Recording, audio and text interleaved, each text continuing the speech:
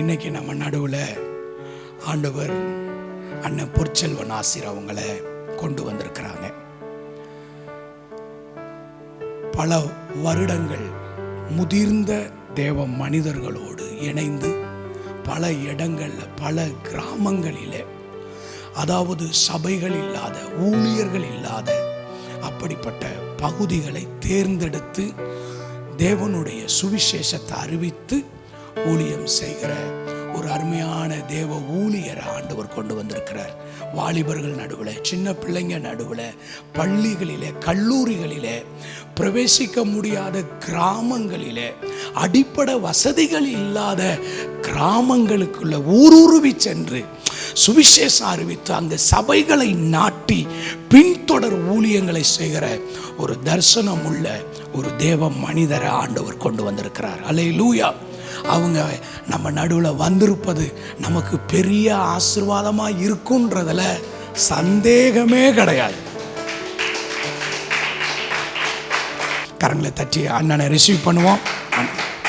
ஆண்டவராகிய இயேசு கிறிஸ்துவின் இனிய நாமத்தில் உங்கள் யாவருக்கும் வாழ்த்துக்களை தெரிவிக்கிறேன். உங்கள் மத்தியிலே கடந்து வருவதற்கு தேவன் தந்த கிருபைக்காக தேவனுக்கு நன்றி சொல்லுகிறேன். கோயம்புத்தூர் பட்டணத்திற்கு முதலாவதாக மாணவனாக பிரசங்கிக்க வந்த இடம் OMCA.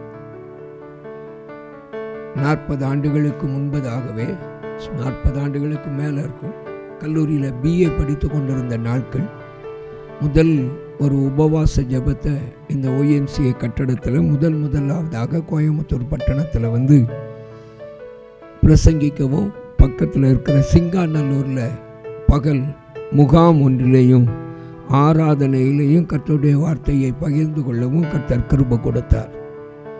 அதுக்கு பிறகு இந்த OMCA கட்டடத்துக்குள்ளே இன்றைக்கி தான் என்ன செய்திருக்கிறேன், நுழைந்திருக்கிறேன். இந்த கட்டடத்தின் பழைய அமைப்புகள் எல்லாம் மாறி எல்லாம் என்ன ஆகிட்டு விட்டது, புதிதாகிவிட்டது. நான் பிரசங்கித்த ஹால் இப்போ ஹாலாக இல்லை, அது வேறு கட்டடமாக மருவி விட்டது. கொஞ்சம் போய் அதையும் சுற்றி பார்த்துட்டு வந்தேன். ஆண்டவர் இந்த கோயம்புத்தூர் பட்டணத்திற்குள்ளே வந்து முதலாவதாக கால் வைத்த பகுதியில் இத்தனை ஆண்டுகள் கழித்து மறுபடியும் கால்களை பதிக்க ஆண்டவர் கிருபை கொடுத்திருக்கிறார். அந்த நாட்களில் ஒரு மிஷினரி ஸ்தாபனத்தினுடைய கூடுகைக்காக கடந்து வர ஆண்டவர் கிருபை கொடுத்தார். ஆண்டவருக்கு நன்றி சொல்லுகிறேன். உங்கள் ஒவ்வொருவரையும் காண்பதில் என் தேவனுக்குள்ளே நான் மகிழ்ச்சி அடைகிறேன். ஒரே ஒரு வசனத்தை உங்கள் மத்தியில் நான் சுருக்கமாய் வைக்கும்படியாக ஆசிக்கிறேன். வேத வசனத்திற்கு நேரே திரும்பலாம். என்னாகமத்தின் புத்தகம் 24ஆம் அதிகாரம் 1வது வசனம்.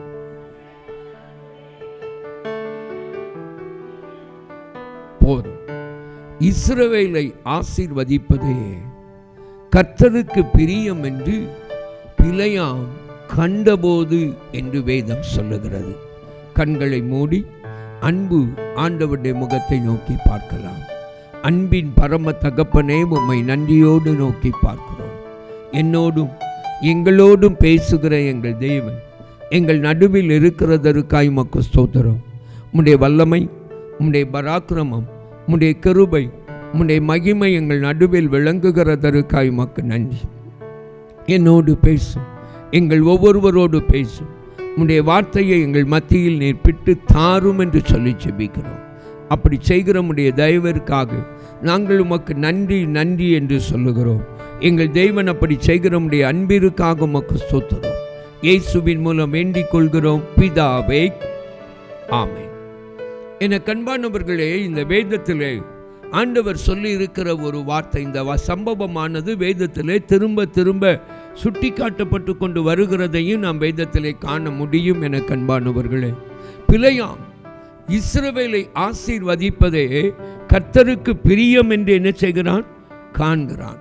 என கண்பானவர்களே, அதோடு கூட ஆண்டவர் நிறுத்திவிடவில்லை. நீங்கள் உபாகமத்தின் புத்தகம் 23ஆம் அதிகாரத்திற்கு உங்களுடைய வேதத்தை நீங்கள் திருப்பி 5வது வசனத்தை பார்ப்பீங்கன்னா, அங்கே வேதம் அழகாக இந்த சம்பவத்தை மறுபடியும் நமக்கு முன்னே நிறுத்துகிறதை நீங்கள் காண முடியும். உன் தேவனாகிய கர்த்தர் பிலேயாமுக்கு செவி கொடுக்க சித்தம் இல்லாமல் உன் தேவனாகிய கர்த்தர் உன்மேல் அன்பு கூர்ந்தபடியினால் உன் தேவனாகிய கர்த்தர் அந்த சாபத்தை உனக்கு ஆசீர்வாதமாக மாற பண்ணினார். இந்த வசனத்தில் எனக்கு ரொம்ப பிடிச்ச ஒரு வார்த்தை என்ன வார்த்தை தெரியுமா? உன் தேவனாகிய கர்த்தர். உன் தேவனாகிய கர்த்தர். உன் தேவனாகிய கர்த்தர். இந்த வசனத்தில் இந்த உன் தேவனாகிய கர்த்தருங்கிற வார்த்தையை ஒரு முறை போட்டா போதும், சென்டென்ஸ் தப்பே இல்லாம பூர்த்தி ஆயிரும். தவறே இல்லாமல் அந்த வாக்கியம் முழுமை அடைந்து விடும். அது தன்னுடைய அர்த்தத்தை கொடுத்து விடும். எந்த அர்த்த பிழையும் எந்த பொருள் பிழையும் வராது. ஆனா ஆவியானவருக்கு ஒரு முறை போட்டா காணாது, 3 முறை போடணும். ஏன்னா இது என் ஜனம் அப்படின்னு முத்திரை குத்தணும் அப்படின்னு கடுமையான வைராக்கிய வாஞ்ச வந்துட்டு. அதனால ஆவியானவர் உன் தேவனாகிய கர்த்தருங்கிற வார்த்தையை எத்தனை முறை போட்டாரு? 3 முறை போட்டார். இந்த சம்பவம் இதோட கூட சுட்டி காட்டப்படுறதுல நிக்கல. நீங்க வேதத்தை எடுத்து பார்த்தீங்கன்னா, நெகேமியாவின் புத்தகம் 13ஆம் அதிகாரத்திற்கு நம்முடைய வேதத்தை திருப்பும் பொழுது இங்க நம்ம வாசிக்கிறோம் 13வது அதிகாரத்தில் 2வது வசனம், அவர்கள் என்றைக்கும் அந்த சாபத்தை ஆசீர்வாதமாய் திருப்பின எங்கள் தேவனுடைய சபைக்கு.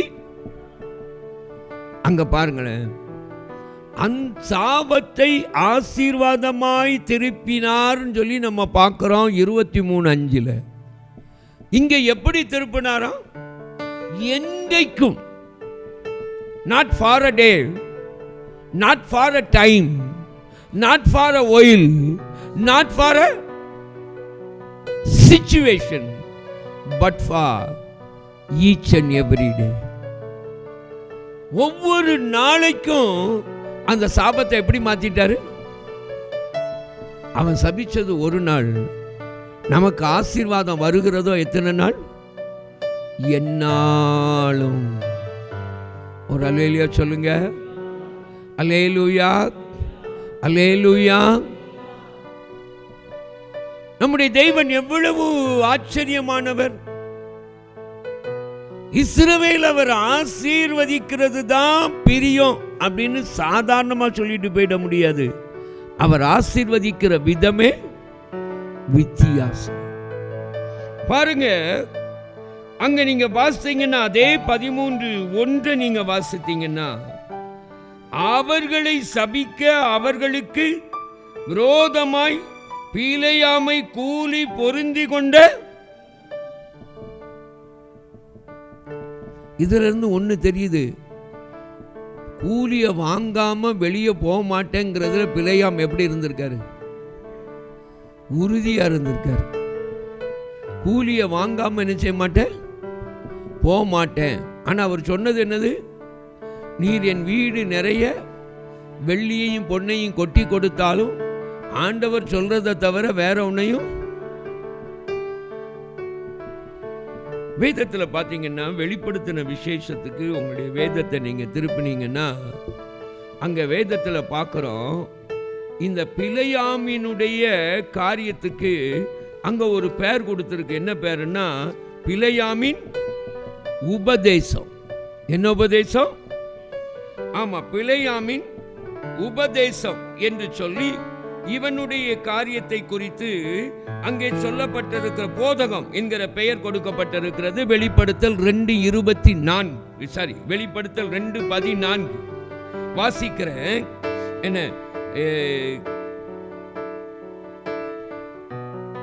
விக்கிரகங்களுக்கு படைத்தவைகளை புசிப்பதற்கும் வேசித்தனம் பண்ணுவதற்கும் ஏதுவான இடரலை இஸ்ரவேல் புத்திரர் முன்பாக போடும்படி பாலாக் என்பவனுக்கு போதனை செய்த பிலேயாமுடைய போதகத்தை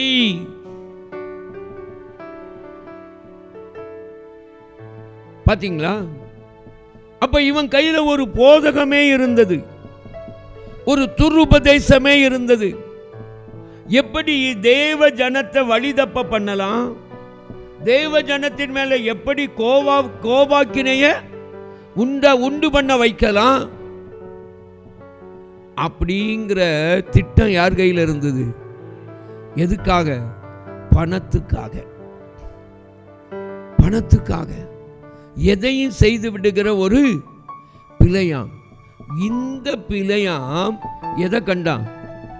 இஸ்ரவேலை ஆசீர்வதிப்பதே கர்த்தருக்கு பிரியம் என்கிறதை கண்டான். ஆண்டவர் இப்படிப்பட்ட ஒரு பெரிய காரியத்தை செய்து விட்டதை வேதம் நமக்கு என்ன செய்கிறது? அழகாக சொல்லுகிறது. என கண்பானவர்களே, அழகாக சொல்லுகிறது. இந்த பிழையாம் தேவன் எப்படி இந்த ஜனத்தை ஆசீர்வதிக்கிறார் அப்படிங்கிறத அவன் காண்கிறான். ஆண்டவர் இந்த ஜனத்தை ஆசீர்வதிக்கிற விதம் என்னங்கிறத காண்கிறான். திருப்பிக் கொள்ளுங்க என்னாகமத்தின் புத்தகத்திற்கு நம்முடைய வேதத்தை திருப்பிக் கொள்ளுங்க. என்னாகமத்தின் புத்தகத்திற்கு நம்முடைய வேதத்தை திருப்பும் பொழுது அங்கே ஒரு காரியத்தை நம்ம காண முடிகிறது. நம்ம எல்லாருக்கும் தெரிஞ்ச ஒரு வசனம். என்ன வசனம்னா என்னாகமம் 23ஆம் அதிகாரம் 23வது வசனம்.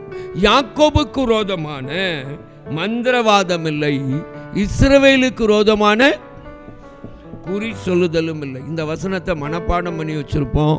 மனப்பாடம் பண்ணி வச்சு பல முறை இந்த வசனத்தை சொல்லுவோம், பல முறை சொல்லுவோம். ஆனா இதனுடைய ரகசியம் என்ன தெரியுமா? 21வது வசனம். 21 பாருங்க. அதை யாரும் மனப்பாடம் பண்றதே இல்லை. எதை மனப்பாடம் பண்ணிடுறாங்கன்னா 23 மனப்பாடம் பண்ணிடுறாங்க. 23னுடைய ரகசியமே எங்க இருக்கு? ஆமா, இந்த ரகசியத்தை நிறைவேற்றாம இந்த 23 பரஸ்யமாக்க முடியாது. இந்த ரகசியம் என் வாழ்க்கையில நிறைவேறாம இந்த 23னுடைய வல்லமையை நான் என்ன செய்ய முடியாது? பிரஸ்தாபிக்க, பரஸ்யம் பண்ண முடியாது. 21 என்ன சொல்லுகிறது? அவர் யாக்கோபிலே அக்கிரமம் காண்கிறதும் இல்லை, இஸ்ரவேலிலே குற்றம் பார்க்கிறதும். ஆண்டவர் யாக்கோபை தேடி பார்க்கிறாரு. அங்க என்னல்ல? பாவம் இல்லை, அக்கிரமம் இல்லை, குற்றம் இல்லை. இந்த ரகசியம் யாருக்கு புரிஞ்சிருந்துச்சு தெரியுமா? ஐயா தாவீதுக்கு புரிஞ்சிருந்தது. தாவீது ராஜாவுக்கு இது புரிஞ்சிருந்தது. ஆகையினால தான் தாவீது ராஜா சொல்லுகிறார், அவர் எப்போ அக்கிரமத்தை அவர் பார்க்கிறதில்லை என்கிறத 32வது சங்கீதத்துக்கு நம்ம வேதத்தை திருப்பும் பொழுது 1வது வசனம் சொல்லுகிறது, எவனுடைய மீறுதல், எவனுடைய பாவம் மூடப்பட்டதோ அவன், எவனுடைய மீறுதல் மன்னிக்கப்பட்டதோ, எவனுடைய பாவம் மூடப்பட்டதோ அவன். எப்ப அவர் காண்பதில்லை? எப்பொழுது அது மூடப்படுகிறதுனா மன்னிக்கப்படும் பொழுது. மன்னிக்கப்படும் பொழுது.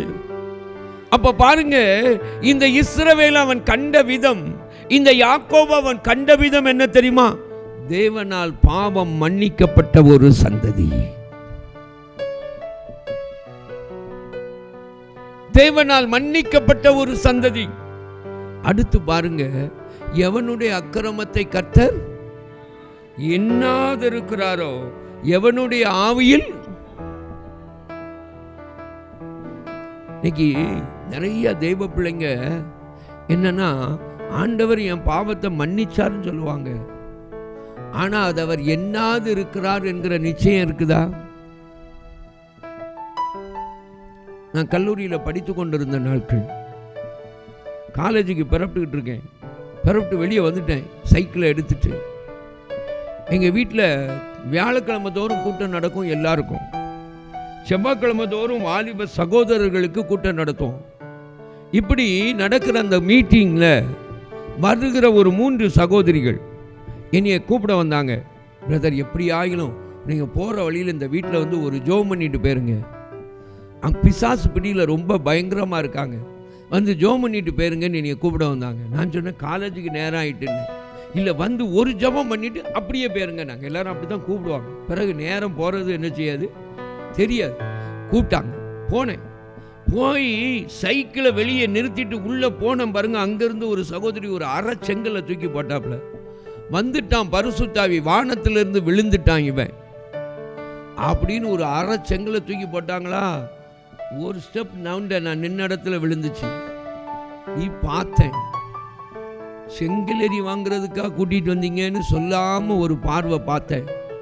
இவங்களை பார்க்கறதுக்குள்ள அந்த சகோதரி எங்கே போச்சுன்னு தெரியல.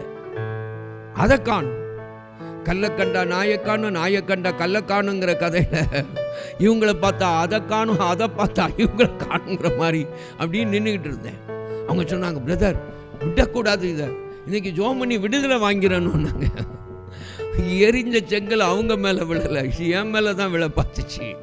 இப்போ உள்ளே போய் அவங்க 3 பேரும் முழங்கால் போட்டு இயேசுவின் நாமம் இனிதான நாமம்னு பாட்டு பாடிக்கிட்டு இருக்காங்க.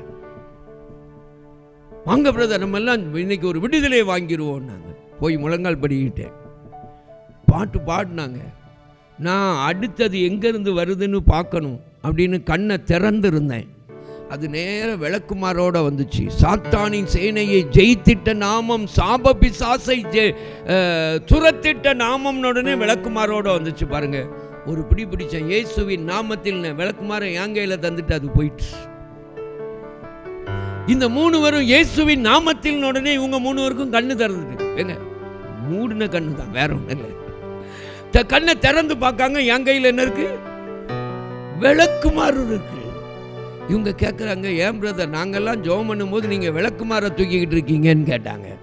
நான் சொன்னேன், அது உங்களையே அடிக்க வருது, எண்ணி அடிக்க வருது. விளக்குமாரோட வந்தது நீங்கள் கண்ணை மூடிக்கிட்டு இருக்கும்போது, நீங்கள் கண்ணை திறக்கும் போது அதை காணும், எதுதான் இருக்கு? இப்போ விளக்குமாற தூர வச்சுட்டு ஜெபம் பண்ண ஆரம்பித்தோம். ஜெபம் பண்ண ஆரம்பித்த உடனே பாருங்க அது வந்துச்சு. வந்து நின்று என்ன செய்ச்சு தெரியுமா? இந்த 3 பேரையும் போட்டு மாட்டுன்னு மாட்டுச்சு. ஏய், நீ பெரிய புண்ணியவதியோ, நீ என்னெல்லாம் பண்ணுன தெரியுமா அப்படின்னு ஒவ்வொருத்தரையா பாவத்தையா சொல்ல ஆரம்பிச்சு. 3 பேரும் ஒரே தெருவில் இருக்காங்க. இந்த சகோதரி அதே தெரு, நான் 4 தெரு தள்ளி இருக்கேன். இவங்களுக்கு என்ன பண்ணனே ஒன்றும் ஓடல. அப்படியே அப்படி வெள்ளத்துட்டாங்க. ரட்சிக்கப்பட்டது உண்மை, அபிஷேகம் பெற்றது உண்மை, ஞானஸ்தானம் பெற்றது உண்மை. ஆனா இப்போ அது எந்த உண்மையை சொல்லிக்கிட்டு இருக்கு? பழைய பாவங்கிற உண்மையை சொல்லிக்கிட்டு இருக்கு. அப்படியே நடுங்கிட்டாங்க. நான் சொன்னேன், பிசாசே, இந்த பாவங்கள் இயேசு கிறிஸ்துவின் இரத்தத்தால் கழுவப்பட்டிருக்கிறது, ஆண்டவருடைய நாமத்தினால் மன்னிக்கப்பட்டிருக்கிறது, உனக்கு தெரியுமான்னு. அப்படியே அமைதியாயிட்டு 3 பேருக்கும் அதுக்கு பிறகுதான் உயிர் வந்த மாதிரி இருந்துச்சு. ஏன் தெரியுமா? இன்னைக்கு நிறைய பேருக்கு ஆண்டவர் மன்னிச்சிட்டாரு அப்படிங்கிறது தெரியுது, ஆனா அவர் அதை எண்ணுகிறது இல்லை என்கிறது தெரியாததுனால தான் இந்த பயம். அவர் என்ன செய்து விட்டார்? உங்களுடைய என்னுடைய பாவங்களை கிழக்குக்கும் மேற்குக்கும் எவ்வளவு தூரமோ அவ்வளவு தூரமாய் நம்மை விட்டு விலக்கி விட்டார். இன்னைக்கு ஒரு விதமான ஒரு போதனை கொஞ்சம் எழும்பிக்கிட்டே இருக்கு. என்ன தெரியுமா? அந்த சாபத்துக்கு இப்படி ஜெபம் பண்ணணும், இந்த சாபத்துக்கு இப்படி ஜெபம் பண்ணணும், இந்த சாபத்தை இப்படி முறியடிக்கணும். ஒரு வீட்டுக்கு ஜெபம் பண்றதுக்காக ஒரு சகோதரி என்னை அழைத்துக்கிட்டு போனாங்க. போனேன். போயினா ஒன்றா சொல்கிறாங்க, எங்கள் குடும்பத்தில் அப்படி இருக்குது, இப்படி இருக்குது, இதெல்லாம் இருக்குது. எங்கள் வீட்டில் எங்கள் அம்மா அப்பா அதெல்லாம் ஏற்றுக்க மாட்டேங்காங்க, அவங்களுக்கு புரிய மாட்டேங்க. அவங்க அம்மா அப்பாவுக்கு, இந்த சகோதரிக்கு வயசு 40 வயசை தாண்டிட்டு, அவங்க அம்மா அப்பாவுக்கு வயசு, இவங்க தான் கடைசி, இவங்க அம்மா அப்பாவுக்கு வயசு 70 80 தாண்டி நிற்காங்க. அவங்களே பலவீனமாக இருக்காங்க.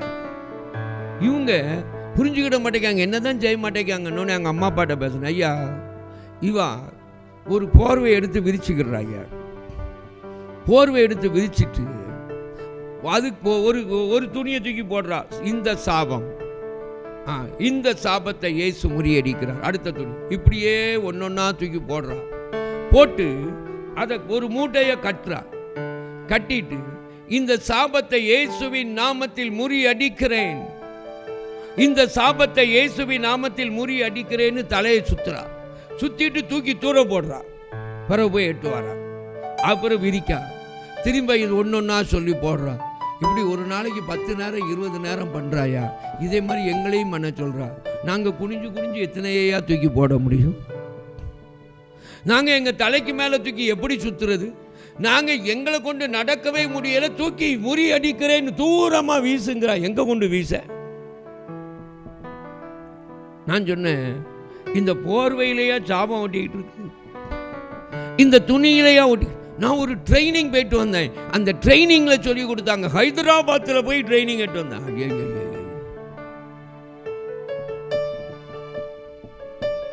அந்த சகோதரி சொன்ன, இந்த சாபெல்லாம் உங்களுக்கு மறக்கணும்னா நீங்க அந்த ட்ரைனிங்கை மறக்கணும். இல்லைன்னா நீங்களும் நிம்மதியா இருக்க மாட்டீங்க, உங்க வயதான பெற்றோரே நீங்க நிம்மதியா இருக்க விட மாட்டீங்க. ஐயா, வேதம் என்ன சொல்லுகிறது? கலாத்தியர் 3:13, மரத்தில் தூக்கப்பட்ட எவனும் சபிக்கப்பட்டவன் என்று எழுதியிருக்கிறபடி கிறிஸ்து தாமே நமக்காக சாபமாகி நியாயப்பிரமாணத்தின் சாபத்திற்கு நம்மை நீங்களாக்கி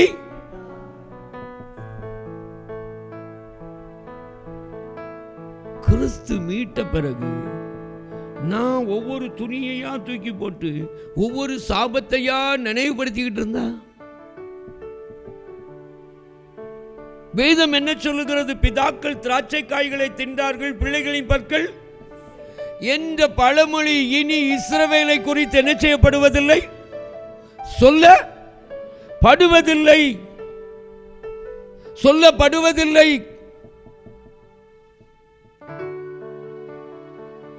ஐயா, ஆண்டவர் தெளிவா எழுதி வச்சிருக்கிறார். ஆண்டவருடைய வசனத்துக்கு மேலையா நீங்களும் நானும் சொல்லி கொடுக்கிற அறிக்கை சாபத்தை ஜெயிக்க போது. நீங்க எடுத்து கட்டி போய் தூக்கி தலையை சுத்தி வீசுற துணி மூட்டை சாபத்தை மாத்த போது.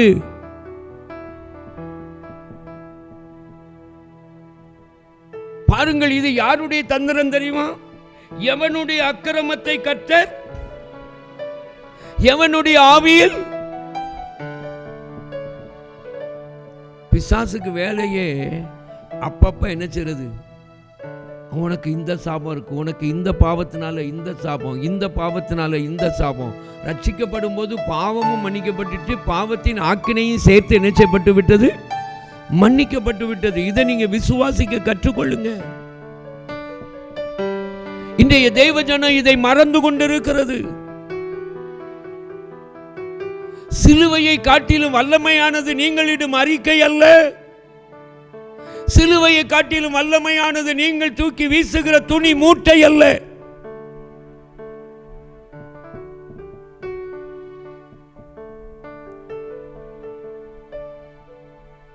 கெட்டு போகிறவர்களுக்கு சிலுவையின் உபதேசம் எப்படி இருக்கிறது? சிலுவையின் பலன் புரியாததுனால தான் இன்னைக்கு கெட்டு போய் இப்படிப்பட்டவைகளை நம்பி இதை காலகாலமாக அறிக்கையிட்டு இந்த சாபத்தினால தான் இது, இந்த சாபத்தினால தான் இது, இந்த சாபத்தினால தான் இதுன்னு சொல்லிக்கிட்டே இருக்கிறோம்.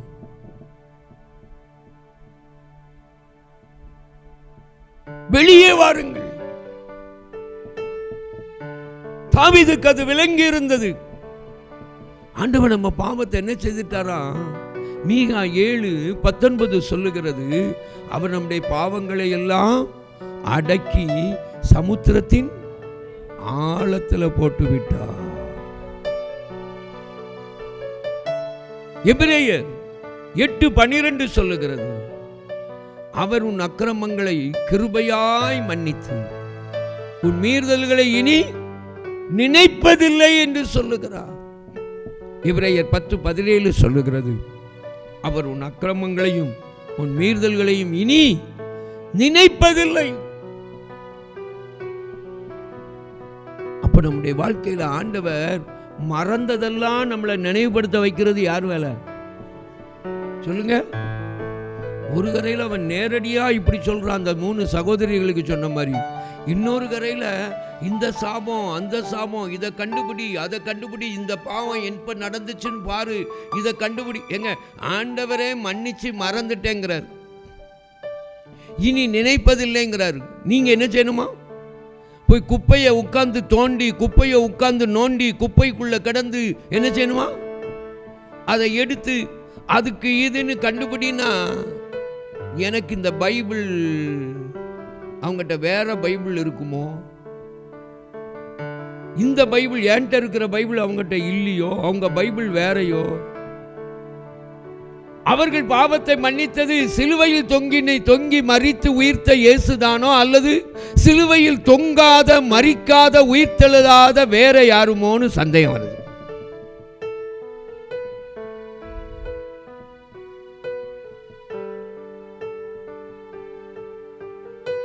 இப்படிப்பட்டவைகளுக்குள்ள மூக்க நுழைச்சி உங்களுக்கு இருக்கிற அவரிடத்தில் இருக்கிற ஆதீனத்தை உளவு பார்த்து அதை ருசிக்கிறதை இழந்து போகிறாதீங்க. இதனாலதான் இயேசு கிறிஸ்துவின் ரத்தம் எதை கழுவி இருக்கு தெரியுமா? நம்ம பாவத்தை மட்டும் கழுவலையா, எதை கழுவி இருக்கான்னு தெரியுமா? வாசித்து பாருங்க. எபிரேயர் 9ஆம் அதிகாரம் 14வது வசனத்திற்கு உங்களுடைய வேதத்தை திருப்புங்க. எபிரேயர் 9வது அதிகாரம் 14வது வசனம். நித்திய ஆவியினாலே, நித்திய ஆவியினாலே தம்மை தாமே பழுதற்ற பலியாக தேவனுக்கு ஒப்பு கொடுத்த கிறிஸ்துவினுடைய இரத்தம் ஜீவனுள்ள தேவனுக்கு ஊழியம் செய்வதற்கு உங்கள் மனசாட்சியை செத்த கிரியைகளற சுத்திகரிப்பது. பாத்தீங்களா? செத்த கிரியைகளற. எபிரேயர் எழுதின நிருபத்தை ஆக்கியோனுக்கு தான் ஒரு சொத்தான வார்த்தை செத்த கிரியை. என்ன கிரியை? அவருடைய சொத்து. சில தெய்வ மனுஷர்கள் சில பர்டிகுலர் வார்த்தையை பயன்படுத்துறாங்க. அதுல இவர் எதை பயன்படுத்தி இருக்காரு? செத்த கிரியை. எபிரேயர் 6ஆம் அதிகாரத்துக்கு வாங்க. எபிரேயர் 6ஆம் அதிகாரம் 1வது வசனத்தை பாருங்க. செத்த கிரியைகளுக்கு நீங்களாகும் மனம் திரும்புதல். மனம் திரும்புறது எதை விட்டு மனம் திரும்பணுமா? அது என்ன செத்த கிரியை? எங்க செத்தா கிரியை செய்ய மாட்டான் இல்லையா? கிரியை செய்தா அவன் சாகல. விளங்கி இருக்கா? விளங்கி போச்சா? செத்தா கிரியை செய்ய மாட்டான், கிரியை செய்தா அவன் சாகல. இது என்ன செத்த கிரியை? அப்ப இதை ஒருத்தன் பண்ணிருக்கணும், அவன் செத்து இருக்கணும், ஆனா சாகாம இருக்கணும். எப்படி சொல்லுங்க? ஒருத்தன் செத்து இருக்கணும், ஆனா அவன் எப்படி இருக்கணும்? அப்பதான் அவன் செத்த கிரியை பண்ண முடியும். குழப்புறதுக்குனே வந்துட்டியா அப்படின்னு சொல்லாதீங்க. பிசாசு இல்லை, செத்து சாகாதவன் ஆதாம். இந்த கனியை புசிக்கிற நாளிலே நீ சாகவே செத்தான், ஆனா சாகல.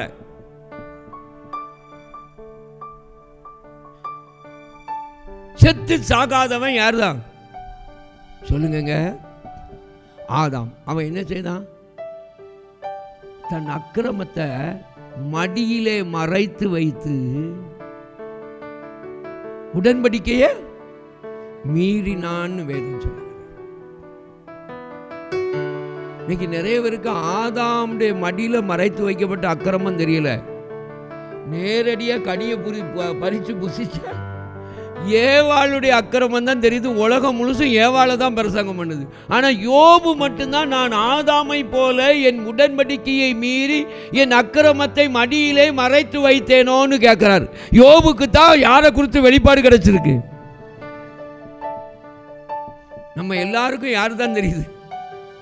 யாரை தான் தெரியுது? ஆமாம், ஏவாளை தான் தெரியுது. ரொம்ப விளக்கமாக ஏவாளை தான் பேசுகிறான். பேசிட்டு இதுவும் சொல்லிக்கிறோம், இந்த ஏவாள் மட்டும் புசிக்காமல் இருந்தா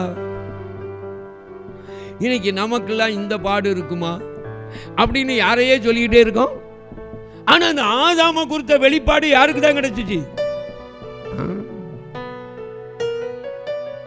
ஆதாமை போல உடன்படிக்கையை மீறி. அப்ப உடன்படிக்கையை மீறினவன் யாரு?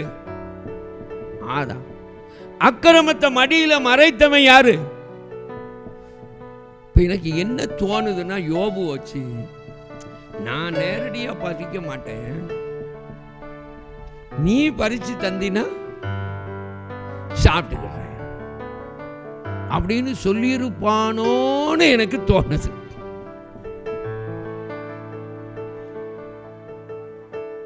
இப்படி சொல்லியிருப்பானோ. ஏன்னா அந்த வெளிப்பாடு யாருக்கு தான் கிடைச்சிருக்கு? யோபுக்கு தான் கிடைச்சிருக்கு. இந்த டவுட்டை தீக்கணும்னா பரலோகத்தில் போய் தான் தீக்கணும். யாரை கூப்பிட்டு கேட்கணும்? யோபுவை கூப்பிட்டு கேட்கணும். யோபுவே இப்படி சொன்னீரே, இதுக்கு என்ன காரணம் அப்படின்னு சொல்லி கேட்கணும். இப்போ இவங்க எல்லாரும் தீர்மானிச்சிட்டாங்க என்னன்னா, இதுவரை ஏவாள்னு எங்களை போட்டு மட்டம் தட்டிக்கிட்டே இருந்தாங்க, இன்னைக்கு தான் ஒரு பெரிய வெளிச்சம் கிடைச்சிருக்கு, யோபுட்ட போய் கேட்டு பரலோகத்தில் எங்கள் வீட்டுக்காரரை கூப்பிட்டு பதில விளக்கமாக அவர் இதுவரை சொன்னீங்கல்ல, இந்த கேட்டுக்கங்க அப்படின்னு யோபுவை வச்சு நிரூபிச்சிருவோம் அப்படின்னு தீர்மானிச்சிட்டாங்க. ஆனால் ஒன்று பரலோகத்துக்கு போனால் டவுட்டே வராது பாருங்க. கேட்க வேண்டிய அவசியமே வராதுங்கிறத இங்கேயே விளங்கிக்கிட்டீங்கன்னா இப்படி ஒரு முடிவு என்ன செய்யாது? வராது. ஒரு அல்லேலூயா சொல்லுங்க, அல்லேலூயா சொல்லுங்க. ஆனால் எனக்கு இந்த ஆதாம் மேலே டவுட் இருக்கு. என்ன டவுட்னா, அவன் இப்படி ஏவாள்கிட்ட உடன்படிக்கை பண்ணி ஏவாளை தனியாக அனுப்பி விட்டு பறிக்க வச்சு பறித்த பிறகு வந்து அப்படியே அழகாக வாங்கி சாப்பிட்டுட்டு ஆண்டவர்கிட்ட என்ன சொல்கிறான்? நீ புசித்தாயோன்னு கேள்வி கேட்டா அவன் சொல்றான், நீர் எனக்கு தந்த ஸ்திரியானவள் எனக்கு தந்தால் நான் புசிச்சேன். அதுக்கு என்ன அர்த்தம் தெரியுமா? பழத்தை தந்தது ஸ்திரீ, ஸ்திரீயை தந்தது நீர். அப்போ ஒட்டுமொத்த தப்பே யார் மேலதான்? ஓம மேலதானே ஒழிய எங்க ரெண்டு பேர் மேல இல்லை. நாங்க ரெண்டு பேரும் எஸ்கேப். யாருக்கு சப்போர்ட் பண்றோம்? அன்னைக்கு மனைவிக்கு சப்போர்ட் பண்ண பழம் கிடைச்ச மாதிரி பிழையாமினுடைய உபதேசம் என்னதுன்னா, யாருடைய அக்கிரமத்தை ஆண்டவர் மன்னித்திருக்கிறார், சுத்திகரித்திருக்கிறார் என்கிற நிச்சயம் இல்லாமல் ஓட வைப்பது. இன்னைக்கு தெய்வ பிள்ளைகளாகிய நமக்குள்ள இந்த நிச்சயம் தெளிவாக இருக்கணும். ஏன்னா அந்த நிச்சயம்தான் யாரை ஜெயிக்குது? பொல்லாங்கன ஜெயிக்கிறது. இஸ்ரவேலுக்கு விரோதமான மந்திரவாதம் இல்லை, யாக்கோபுக்கு விரோதமான குறி சொல்லுதலும் இல்லைன்னா அதுக்கு காரணம் என்னன்னா, அவர் இஸ்ரவேலிலே அக்கிரமத்தை பார்க்கிறதும் இல்லை, யாக்கோபிலே குற்றத்தை காண்கிறதும் இல்லை. என கண்பானவர்களே, இஸ்ரவேல் ஆசீர்வதிக்கப்பட்டதின் முதல் ரகசியம் இந்த தெளிவுள்ள ஜனமாய் தேவனுக்கு முன்பாக நின்றது. இன்னைக்கு ஜெபிக்கிற நமக்குள்ள ஒண்ணு இருக்கணுங்க, இந்த தெளிவு இருக்கணும். இந்த தெளிவுக்கு இயேசு கிறிஸ்துவின் ரத்தம் என் பாவத்தை மட்டும் கழுவி இருக்கக்கூடாது, என் மனசாட்சியையும் சேர்த்து கழுவி இருக்கணும். என் மனசாட்சியை சேர்த்து கழுவும் போது என்கிட்ட இருந்து என்ன மனசாட்சியெல்லாம் பெறுது தெரியுமா? குத்துண்ட மனசாட்சி பெறுது. என்ன மனசாட்சி? குத்துண்ட மனசாட்சி. இந்த குத்துண்ட மனசாட்சி வந்துச்சுன்னா என்ன செய்யும்னா, இந்த குத்துண்ட மனசாட்சி தவறானவைகள் எல்லாம் கொண்டு வந்துடும். இருதய மனசாட்சியில குத்துண்ட சிலர் கடைசி நாட்கள்ல எழும்பி என்ன செய்வார்களா? விவாகம் பண்ணாதிருக்கிறத உபதேசமாக்குவாங்க. ஒரு எக்ஸாம்பிள் சொல்றார். அதாவது தவறான போதனைகள் எங்க இருந்தா எழும்பும்? குத்துண்ட மனசாட்சி. இந்த மனசாட்சியை இயேசு கிறிஸ்து ரத்தம் கழுவணும். இரண்டாவது உணர்த்தும் மனசாட்சி. அது என்ன செய்யணும்? சுத்திகரிக்கப்படணும். மூன்றாவது தேவனை விட்டு வழிவி போகிற இருதயத்தை உடைய அந்த மனசாட்சி. நான்காவது உறுத்தும் மனசாட்சி. என்ன மனசாட்சி? உறுத்தும் மனசாட்சி. வேதத்தில் நீங்க இந்த மனசாட்சி எல்லாம் பார்க்கலாம். ஐந்தாவது மனசாட்சி. என்னது சொல்லுங்க? என்ன தெரியுமா? இந்த மனசாட்சி என்ன சொல்லுங்க தெரியுமா? நான் சொல்றதுதான் நியாயம் சொல்லும். நான் சொல்றதுதான் நியாயம் சொல்லும். நான் சொல்றதுதான் நியாயம். என்னைய பொறுத்தளவு இதுதான் நியாயம். எதை பார்க்காது? பைபிளை பார்க்காது. அது சத்திய சோதனையை மாதிரி. சத்திய சோதனையில ஒரு சம்பவம் இருக்கு. என்ன இருக்கு? முந்தின நாள் எது சாப்பிட்டாரா? காந்தி ஆடு சாப்பிட்டாரா? அன்னைக்கு சொப்பனத்தில் ஆடு என்ன செய்ச்சு? சத்தம் போட்டு நினைச்சு. அதனால மறுநாளிலிருந்து தீர்மானம் பண்ணிட்டார், இனி என்ன சாப்பிட மாட்டேன். ஐயோ அந்த கொன்ன ஆடு என் முன்னால அழுதே, அதனால சாப்பிட மாட்டேன். அவருக்கு மனசாட்சி என்னது? ஆடு சாப்பிடப்படாது. அவர் மனசாட்சி. இன்னொருத்த மனசாட்சி சொல்லுது. என்ன சொல்லுது? நீ என்ன செய்தாலும் இதயம் மட்டும் சுத்தமா இருக்கும், எந்த தப்பையும் பண்ணிக்கோ. என்ன தப்பையும்? இப்படியேதான் இன்றைக்கு பாவத்திற்கு தூண்டிவிடப்படுகிறது ஒரு கூட்ட ஜனம். எது தப்பு இல்ல? யாரையும் கட்டாயப்படுத்தி தான் தப்பு செய்யக்கூடாது. நீங்க ரெண்டு பேரும் ஒத்து போயிட்டீங்கன்னா அது என்ன கிடையாது? பாவம் கிடையாது. ஒரு கூட்டத்தை நடத்திட்டு இருக்கிறேன், பேசிக்கிட்டு இருக்கிறேன், பயிற்சி வகுப்பு நடத்தி கொண்டு இருக்கிறேன். ஒரு ரெண்டு பேரை பார்த்தா இருதயம் ஒத்துக்கவே இல்லை. என் ஆவியில ஒரே கலக்கம். ஆனா அவங்க ஆவியில நிறைஞ்சாங்கன்னா அவ்வளவு துள்றாங்க, இவங்க ஆவியில நிறைஞ்சாங்கன்னா துள்றாங்க. ஆவியில நிறையதை பார்த்தாலும் என் ஆவியில கலக்கம். தனியா கூப்பிட்டேன். நீங்க யாரு கேட்டேன். கூப்பிட்டு வச்சு விசாரிச்சேன். உங்க ரெண்டு பேருக்குள்ள ஏதோ சம்திங், ஏதோ மாம்சத்துல உறவு இருக்கு. ரெண்டு ஆவியும் ஒன்னோடு உண்டு. என்ன செய்யுது? நீங்க இங்க இருக்கீங்க, ஆனா ஏதோ ஒரு லிங்க் இருக்குது. அப்படி இப்படின்னாங்க. பிறகு பார்த்தா அவன் வாலிப பையன், இந்த சகோதரி ஒரு விதவை. ரெண்டு பேரும் திருமணம் பண்ணாம ஒன்னா குடும்பம் நடத்திக்கிட்டு இருக்காங்க. ரெண்டு குடும்பத்துக்கும் தெரியாது. அவன் ஊருங்க இருந்து 150 கிலோமீட்டருக்கு அங்க இருக்கு. அவன் இங்க வந்து குடும்பம் நடத்திட்டு போறான் ஒரு குறிப்பிட்ட ஊருக்கு. இது எப்படி? நாங்க ஒரு ஊழியர்கிட்ட போய் சொல்லி ஜோம் பண்ணோம், நீங்க ரெண்டு பேரும் கல்யாணம் பண்ண முடியாது, அதனால நானே ஜோம் பண்ணி விட்டுறேன், நீங்க எப்படி இருந்துக்கங்கன்னு சொல்லிட்டாங்க. மனம் திரும்பாத பட்சத்தில் இந்த ட்ரைனிங்ல நீங்க தொடர்ந்து கலந்துக்கிட முடியாது, விடணும். இல்லைன்னா பெட்டியை கட்டி போயிடணும்னு அனுப்பி விட்டுட்டேன். விட ஆயத்தமா இருக்கல. அன்னைக்கே பெட்டியை கட்டி அனுப்பிட்டேன். இந்த ட்ரைனிங்ல இருந்தீங்கன்னா உங்க ஆவி இருக்கிற நிறைய பேர் ஆவியை பாதிச்சிடும், போயிருங்கன்ட்டு அனுப்பி விட்டுட்டேன் ட்ரைனிங்.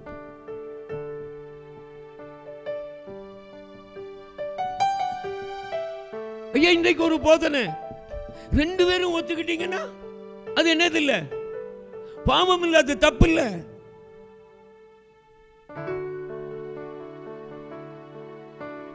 இந்த போதனை யாருடைய வஞ்சகம்? சூடுண்ட மனசாட்சியில சூடுண்டவர்களால் ஏற்படுகிற வஞ்சகம். இந்த மனசாட்சி கழுவப்படணுயா.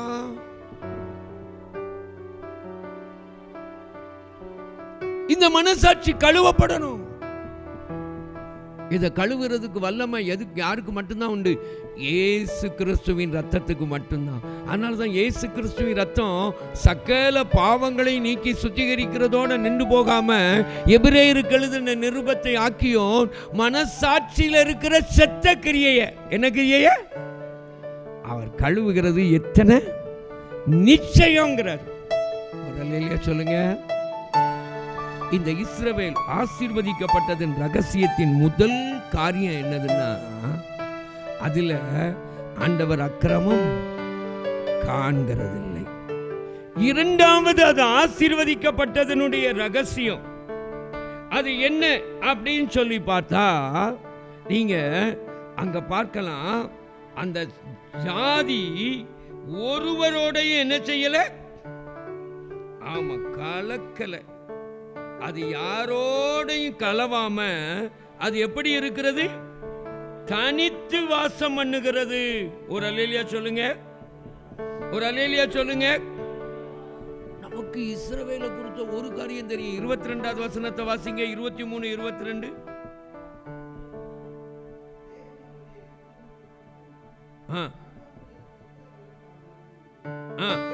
என்ன பலன் உண்டு? காண்டா மிருகத்திற்கு ஒத்த பலன் உண்டு. காண்டா மிருகத்துக்கு ஒத்த பலன் இருக்கிறதுக்கு காரணம் என்ன தெரியுமா? அதனுடைய காரணம் என்னன்னா, இது ஒருவரோடும் கலவாம எப்படி வாசம் பண்ணுகிறது? தனித்து வாசம் பண்ணுகிறது. ஒரு அல்லேலூயா சொல்லுங்க. அல்லேலூயா, அல்லேலூயா. அடுத்து இதனுடைய பலம் என்ன தெரியுமா? வாசிங்க பாப்போம். 24:9.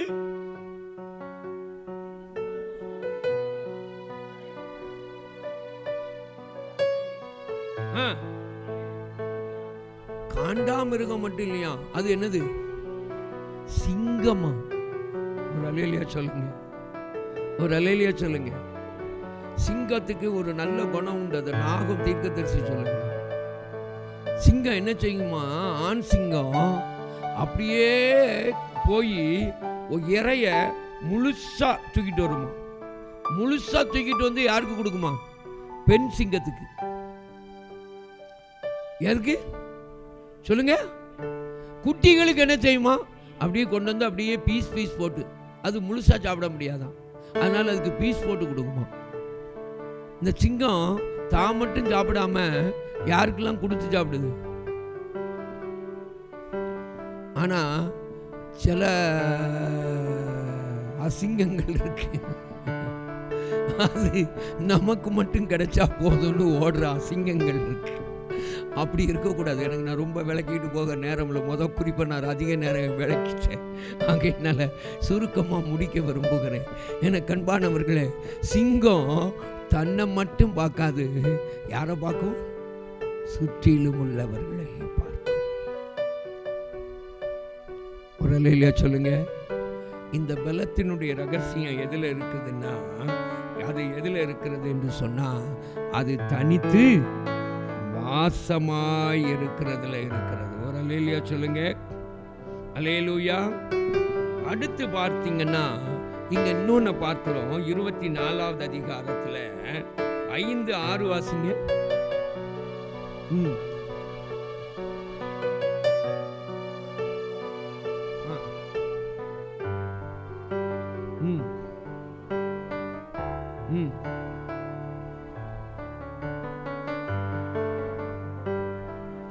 இங்க என்ன பார்க்குறீங்க? இங்க சொல்லப்பட்டிருக்கிற காரியங்கள்ல முதல் என்னதுன்னா அழகு, அடுத்து என்னதுன்னா வாசனை. ஒரு அல்லேலூயா சொல்லுங்க. அடுத்து பார்த்தீங்கன்னா விலையேற பெற்ற தன்மை. கேதுரு மரம் தான் இருக்கிறதுலேயே விலையேற பெற்றது. ஒரு அல்லேலூயா சொல்லுங்க. நம்ம நாட்டில் சொல்லணும்னா தேக்குன்னு சொல்லணும். மரங்களுக்கெல்லாம் தங்கம் போன்றது என்னது? தேக்கு. மரங்களிலெல்லாம் தங்கம் போன்றது தேக்கு. அப்போ அதற்கு ஒப்பனையா அங்க இருந்த மரம் என்னதுன்னா கேதுரு. அடுத்து அங்க சொல்லப்பட்டிருக்கிறது என்னது? சந்தனம், மனம். அடுத்து என்னது? அழகு. இந்த மூன்று எதை காட்டுகிறது தெரியுமா? சாட்சியை காட்டுகிறது. எதை காட்டுகிறது? ஆமா, கேதுரு என்பது நான் தேவனுக்குள்ளே நிலைத்திருக்கிற அந்த பலனின் சாட்சியை காட்டுகிறது.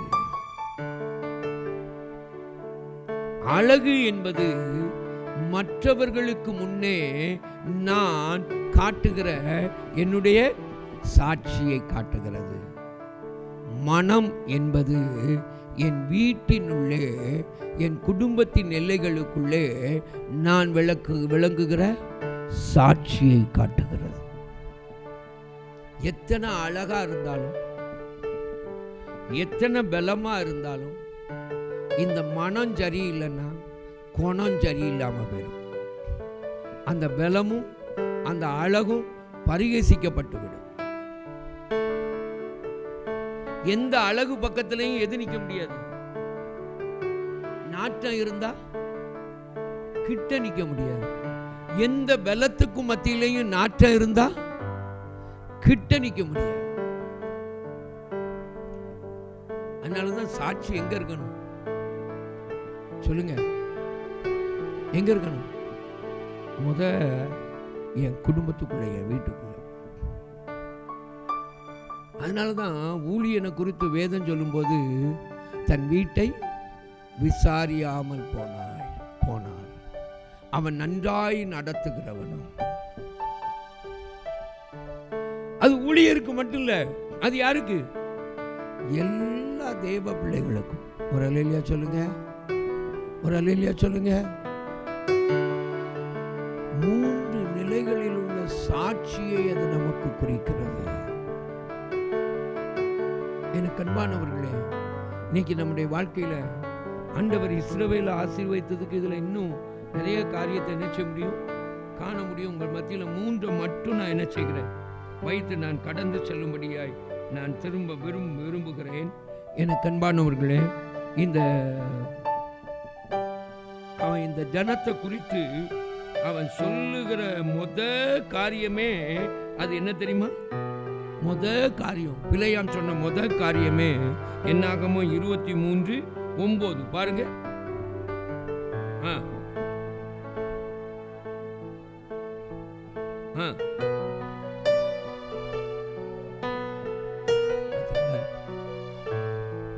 கலந்துரவே கூடாது. என்ன செய்திடக்கூடாது? ஆமா, கலந்துரவே கூடாது. ஜெபம் பண்ணும்போது, சபைக்காக ஜெபம் பண்ணும்போது ஒரு ஜெப குறிப்பு ஜெபம் பண்ணாங்க. ஆண்டவரே, இந்த கலப்பு என்ன செய்திடக்கூடாது? ஒத்து போகிறது, சமரசம் பண்றது.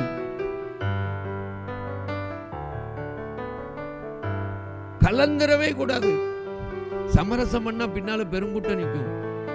சமரசம் பண்ணலன்னா ஆமா பெருங்கூட்டத்துக்கு கஷ்டம்தான்.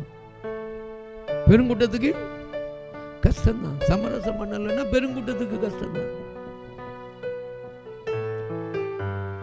ஆனால் கலவாத ஜனத்தை கலக்க வச்சான் பாருங்க, அதுக்கு பேர் தான் என்ன? போதனை, பிழையாமின் போதனை. வாசனையை கெடுத்தான் பாருங்க. சந்தன மர வாசனைய வெள்ளம்லாம் இருந்துச்சு, ஆனா எது கெட்டு போச்சு? வாசனை கெட்டு போச்சு. அக்கிரமத்தை காண்கிறதில்லை என்று சொல்லப்பட்ட அந்த ஜனத்தை அக்கிரமத்தை கண்டு வாதையை அனுப்ப வச்சான் பாருங்க. அதுதான் என்னது? பிழையாமின் போதனை. கலக்க கூடாத ஜனம் கலந்தது, மணக்க வேண்டிய ஜனம் நாறினது. அக்கிரமம் தேவனுடைய கண்களுக்கு படாமல் தன்னை காத்து மூடப்பட்டிருக்க வேண்டிய ஜனம், அந்த ஜனத்தின் அக்கிரமத்தை தேவன் கண்டு வாதையை அனுப்ப வைத்ததே. இதுதான் யாருடைய உபதேசம்? அப்போ இதுக்கு நம்மை தப்புவித்து காத்து கொள்ளும் போது என்ன நடக்கும்னா, ஆண்டவருடைய ஆசீர்வாதம் மட்டும் நமக்கு வராது. சாபம் எப்படி மாறும்? ஒரு பக்கம் அவர் நமக்கு வச்சிருக்கிற ஆசீர்வாதம், இன்னொன்னு என்னது? சாபம். நம்மளை பார்த்து யாராவது சபிச்சாங்கன்னு வச்சுக்கோங்க, உனக்கு தான் சபிக்க தெரியுமோ? நான் இப்ப பேசுறேன் பாரு, நான் பழைய மனுஷன் ஆயிட்டேன், நான் ஒரு முறை ஒரு கடையில் டீ குடிச்சுக்கிட்டு இருந்தேன். ஒரு சர்ச்சில் ஆராதனை பிரசங்கம் பண்ணி முடிச்சுட்டு வந்து நின்று டீ குடிச்சுட்டு இருக்கேன். அங்க இன்னொருத்தர் ஏற்கனவே டீ குடிச்சுட்டு இருக்கார். இன்னொருத்தர் வந்தார். 2 பேருக்குள்ள பிரச்சனை ஆயிட்டு பேசிக்கிட்டே இருந்தாங்க. எல்லாரும் சொல்லி பார்த்தாங்க, கேட்கல. இப்போ புதுசா 3வது வந்தார் பாருங்க, அவர் இப்ப இரு அப்படின்னு எதை வச்சுட்டு வந்தாருன்னா கையில இருந்த பைபிளை கொண்டு வச்சுட்டு, இப்ப வா, இப்ப நான் நீ என்ன பண்ண அப்போ அந்த நாட்களில் டீ கடை கேஸில் இருக்காது, விறகுல இருக்கும். கடைக்காரன் விறகை இவர் எடுக்க அவர் எடுக்க, டீ கடையில் விறகு வச்சு என்ன வந்துட்டு பைபிளை கீழே வச்சுட்டு வந்ததுதான் முடிஞ்சிட்டு விறகு. எனக்கு மறக்கவே மறக்காது. அப்போ நான் காலேஜில் BA முதல் வருஷம் படிச்சுட்டு இருக்கிற நாட்கள் 1982வது வருஷம் அந்த சம்பவத்தை நான் பார்த்தது. மறந்து போகக்கூடாது. எனக்கு பேச தெரியாதுன்னு நினைக்கிறியா? நான் சமமா ஈக்குவலா விட்டு கொடுக்காம நானும் பதிலுக்கு பதில் போடுன்னு போட்டுட்டேன். சொல்லுங்க, பதிலுக்கு பதில் போடுன்னு சொல்லுங்க. நான் சளைச்ச ஆளு கிடையாது. அப்படின்னு சொன்னா வாசனை கெட்டு போயிடும். அப்படின்னு சொன்னா என்ன கெட்டு போயிடும்? நீ 4 சாபத்தை சொன்னியா, அந்த 4 ஆண்டவட்ட கொடுத்தா 4 ஆசீர்வாதமா மாறும். 8 சாபத்தை சொன்னா அப்ப எத்தனை சொல்லணும் நமக்கு? 4, 8, 10, 12, 16. அந்த ஒவ்வொரு சாபத்தையும் யார்ட்ட கொண்டு கொடுக்கணும்? ஏன்னா சாபத்தை அவர் எப்படி மாத்துவாரு? ஆசீர்வாதம். நம்ம என்ன சொல்லுவோம்? ஒருத்தனையை பார்த்து மண்ணா போவன்னு ஏசிட்டானா, இப்படி பேசுறானே அப்படின்னு அறுத்தம் பொழிப்புற தெளிவுரை எழுதி உட்கார்ந்து அழுவோம்.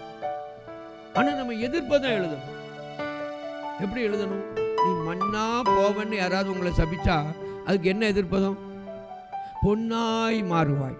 ஒரு அல்லேலூயா சொல்லுங்க. நீ விளங்க மாட்ட அப்படின்னா என்ன சொல்லணும்? உன்னைய மாதிரி விளங்குறவன் வேற யாரும் இருக்க மாட்டான். கீழே போவ அப்படின்னா மேல போவ. ஒரு அல்லேலூயா சொல்லுங்க. இன்னையிலிருந்து எதிர்ப்பதம் எழுத படிங்க. எப்படி இருந்துன்னா இந்த 3 நிலையில இருந்து. எப்படி இருந்து? இஸ்ரவேல்ல தேவன் கண்ட இந்த 3 நிலைகள்ல இருந்து என்ன எழுதணும்? எதிர்ப்பதம் எழுதுனீங்கன்னா உங்க சாபங்கள் எல்லாம் எப்படி மாறும்? அப்ப இஸ்ரவேலை ஆசீர்வதிப்பது கர்த்தருக்கு பிரியமாகும். கண்களை மூடி ஆண்டவரை நோக்கி பார்ப்போம். அன்பின் ஆண்டவர் நம் நடுவில் இருக்கிறார். அன்பின் தெய்வன் நம் மத்தியில் இருக்கிறார். அவர் என்னோடு, அவர் நம்மோடு, அவர் சாபங்களை எல்லாம் ஆசீர்வாதமாக்கும்படியாய் இஸ்ரவேலை ஆசீர்வதிப்பதே கர்த்தருக்கு பிரியம் என்று பிழையாமை காண செய்கிற வல்லமை உடையவராய் அவர் நம் நடுவிலே இருக்கிறார். அந்த தேவனுடைய முகத்தை நோக்கி பாருங்க. அந்த கர்த்தருடைய முகத்தை நோக்கி பாருங்க. அவர் நம்மை ஆசீர்வதிக்கிறார். சாபங்களை ஆசீர்வாதமாய் மாற்றுகிறார். Thank you Jesus. Thank you Jesus. மனிதனுடைய வார்த்தைகளால் உடைக்கப்பட்ட நிலைமையில் அங்க வந்திருக்கிறீங்களா? கண்ணீர் விட்ட நிலைமையில வந்திருக்கிறீங்களா? பதில் பேச முடியாத நிலைமையில வந்திருக்கிறீங்களா? ஆண்டவர் இன்றைக்கு இந்த சூழ்நிலையில அவரை மகிமைப்படுத்த தேவன் அதற்கெல்லாம் அர்த்தத்தை உணராம இப்படி நடக்கணும்னு இப்படி இருக்கணும்னு என் மேல அவங்க பொறாமப்படுகிறார்களே, எனக்கு விரோதமாய் பேசுகிறார்களே, நிந்திக்கிறார்களே அப்படின்னு கண்ணீர் விடுறதை நிறுத்திச்சு அவருடைய வார்த்தைக்கெல்லாம் ஆப்போசிட் எழுதி எதிர்ப்பதம் எழுதி தேவனை துதிங்க பார்ப்போம். தேவனை துதிங்க பார்ப்போம். அந்த துதி இப்போ நம்ம நாவுல இறங்கட்டும் பார்ப்போம். அந்த துதி இப்போ நம்முடைய நாவுல கடந்து வரட்டும். அது நம்முடைய உள்ளத்துக்குள்ள இறங்கட்டும். நாவுல வைக்கிற அக்கினி அது இருதயத்துக்குள்ள வரட்டும். அது என் எலும்புகளுக்குள்ள அடபடட்டும். அது என்னை நிரப்பட்டும். அது என்னை மேற்கொள்ளட்டும். அப்ப ஜெயம் எடுப்போம். Glory to Jesus. Glory to Jesus. அன்பின் பரம தகப்பனே, உம்மை நன்றியோடு நோக்கி பார்க்கிறோம். எங்கள் தேவன் எங்கள் நடுவில் கடந்து வந்திருக்கிறதற்காய், என்னோடு எங்களோடு பேசுகிறவராய், என்னோடு எங்களோடு இடைபடுகிறவராய் கடந்து வந்திருக்கிறதற்காய் நன்றி. இந்த வேளையிலும் எங்களோடு நீர் பேசினீர். உமக்கு ஸ்தோத்திரம், ஸ்தோத்திரம், ஸ்தோத்திரம் என்று சொல்லுகிறோம். எங்களுடைய வாழ்வில் ஆண்டவரே, நாங்கள் இஸ்ரவேலாய், உம்மால் ஆசீர்வதிக்கப்படுகிற இஸ்ரவேலாய், பிழையாம் காண்கிற அளவிற்கு கூலி பொருந்தின பிழையாம், கூலி வாங்குகிற பிழையாம், தவறான உபதேசங்களை எங்களுக்கு விரோதமாய் உருவாக்குகிற பிழையாம் காண்கிற அளவுக்கு எங்களை நீர் ஆசீர்வதிக்கிறதற்காய் உமக்கு ஸ்தோத்திரம். உம்முடைய கிருபை பெருகட்டும். இயேசுவின் மூலம் வேண்டிக் கொள்கிறோம் பிதாவே.